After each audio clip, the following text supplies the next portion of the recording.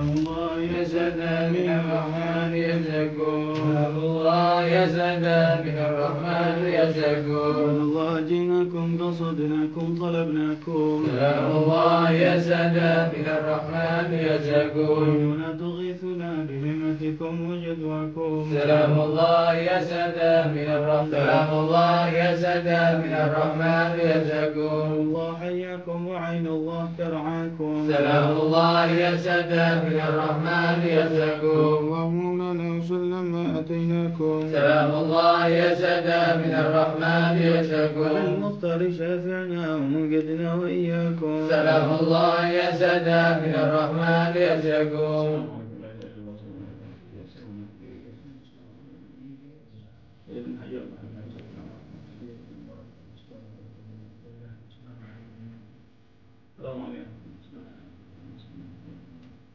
السلام عليكم ورحمة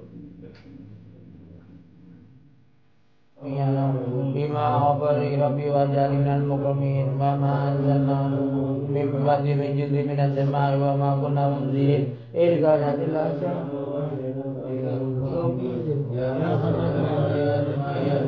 رسول إلا كانوا به يستهزئون ألم يروا كما أهلكنا قبلهم من القرون أنهم إليهم لا يرجعون وإن كل لما جميل لدينا محضرون ويوم ننظر بهم المسرق من النهار فإذا هم مجرمون والشمس تجري بمستقر لها ذلك تقدير العزيز العليم والقمر قدرناه منازل حتى على الرجل القديم لا الشمس ينبغي لها أن تدرك الخروج في النار وكل في فلك يسبحون وآية لهم أن حملنا ذريتهم بفلك مشهور وخلقنا لهم من مثله ما يركبون وإن سمع ورسول إلا الله لا إله إلا الله لا إله إلا الله لا إله إلا الله لا إله إلا الله لا إله إلا الله لا إله إلا الله لا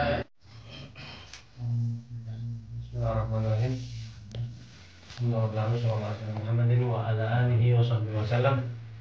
Alhamdulillah, sekarang kita berada depan pembesar dari Syekh Ba'alawi, ya, seluruh keturunan habaib itu kepada beliau, dan orang yang pertama kali hijrah ke Hadramut dari kalangan cucunya Rasulullah SAW, yaitu Sayyidina Al-Imam Ahmad Al-Muhajir bin Isa, ya, yang nasab beliau bersambung kepada Rasulullah SAW. Beliau ini asal muasalnya tinggal di Basrah, di Irak, ya, dan menurut sejarah Irak di zaman itu, Basrah terutama, itu negara yang makmur, yang sentosa, yang aman, yang subur, banyak perkebunan di sana. Sampai Imam Muhajir pun memiliki kebun yang luas sekali di sana, di Basrah. Dan tetapi di zaman itu pula banyak terjadi fitnah, terutama di mula-mula awal tahun 300 Hijriah. Itu banyak fitnah terjadi di sana, fitnah ahli bid'ah, lalu fitnah ahlul bait, ya, mereka dihasut, dibenci dan segala macam, sehingga itulah yang membuat Imam Muhajir berinisiatif beserta keluarganya untuk berpindah atau hijrah dari Basrah menuju Hadramut. Maka dikatakan Al-Imam Al-Muhajir ilallah, karena beliau itu berhijrah kepada Allah Subhanahu wa ta'ala. Wa may yuhajir fisabilillah yajid muragaman katsira wa sa'ah. Lalu tahun 317 katanya beliau hijrah keluar dari kota Basrah bersama anggota keluarga sekitar 70 orang, bersamaan dengan sepupunya, dari jadnya Bani Ahdal dan juga jad Bani Gudain, ya, dikatakan Al-Ahdal li'annahu alal ilahidal, ya, karena selalu menunjukkan kepada Allah Subhanahu wa ta'ala. Beliau menuju kota Madinah untuk apa? Dan juga kota Makkah untuk berhaji. Dan di waktu itu terdapat fitnah, namanya fitnah Qaramithah, salah satu firqah atau kelompok Qaramithah, kelompok bid'ah, yang mereka itu mencuri namanya Hajar Aswad. Ya, jadi Hajar Aswad itu waktu zaman itu nggak ada, dicuri. Makanya ketika Imam Muhajir haji di sana itu nggak bisa nyium Hajar Aswad karena memang nggak ada, dicuri oleh kaum Qaramithah. Lalu masuklah beliau ke Hadramut dan bersinggah di kota Hajrin. Insya Allah kita lewati. Pertama kali beliau singgah di sana, lalu membeli lahan-lahan untuk atau perkebunan korma dengan harga 1.500 dirham atau dinar, 1.500 dinar emas. Beliau beli semua dan sebagian dihadiahkan kepada beberapa pembantunya. Ya. Setelah itu beliau singgah di Husaisah tidak lama, di Hajrin. Tidak lama beliau pindah ke Husaisah, yaitu tempat yang sekarang kita ada di sini. Dan sampai meninggal beliau di sini. Dan Husaisah ini dulu terkenal dengan perkotaan yang sangat makmur. Ya, perkotaan yang sangat makmur. Sampai di tahun sekitar 800-an dihancurkan oleh sultan di zamannya kota ini, sehingga habis, tidak ada lagi penduduk di kota ini. Yang tersisa adalah Imam Al-Muhajir, dan beliau meninggal tahun 340 Hijriah. Dan beliau ini jasanya besar sekali kepada Sayyidina Alawi. Beliaulah yang membawa hijrah firar ilallah, berlari kepada Allah dengan agamanya, karena takut nanti keturunannya menjadi sesat. Kalau enggak, andai kan Imam Muhajir tetap tinggal di Basra, niscaya semua Habib itu Syiah. Ya. Karena Basra itu memang tempatnya memang waktu itu. Alhamdulillah, sekarang kita berada depan beliau. Mudah-mudahan tawasul kita diterima oleh Allah, hajat-hajat kita dikabulkan, dosa kita diampuni, dan mendapat pandangan khusus dari beliau. Amin. Alhamdulillah, Allahumma sholli wa sallim ala sayyidina Muhammad wa ala alihi.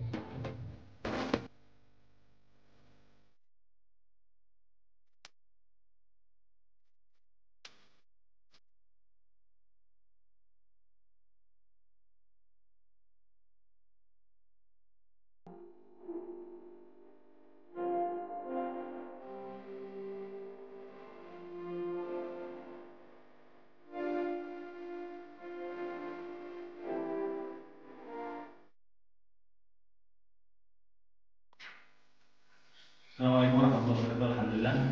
Sekarang kita sudah sampai di makam Sahibul Syair Habib Ahmad bin Muhammad bin Alwi bin Abi Bakar Al-Habsyi, kakek daripada bagian Al-Habsyi, di mana beliau adalah termasuk salah satu murid Syekh Abu Bakar bin Salim yang kemarin kita ziarah di Ainan. Kita kumpul di sini, nanti bilang beliau itu wakilnya Syekh Abu Bakar bin Salim bilang, ini ada satu onta, harus kau naiki, nanti kamu berhenti di mana, nanti dia bakal antar kamu. Tapi ternyata waktu ziarah di sini, ziarah Sayyidina Muhajir, seakan dimimpi Sayyidina Muhajir, dibilang, wis kau duduk di sini aja, di tempatku. Nanti kalau di tempatku bakal banyak ziarah kamu. Ziarah ke saya, nanti kamu bakal didatangi juga. Tapi saya berdiri di sini dan dikumpulkan di tempat ini. Nanti cerita lebih dalamnya disampaikan oleh Nizar. Allah Maha.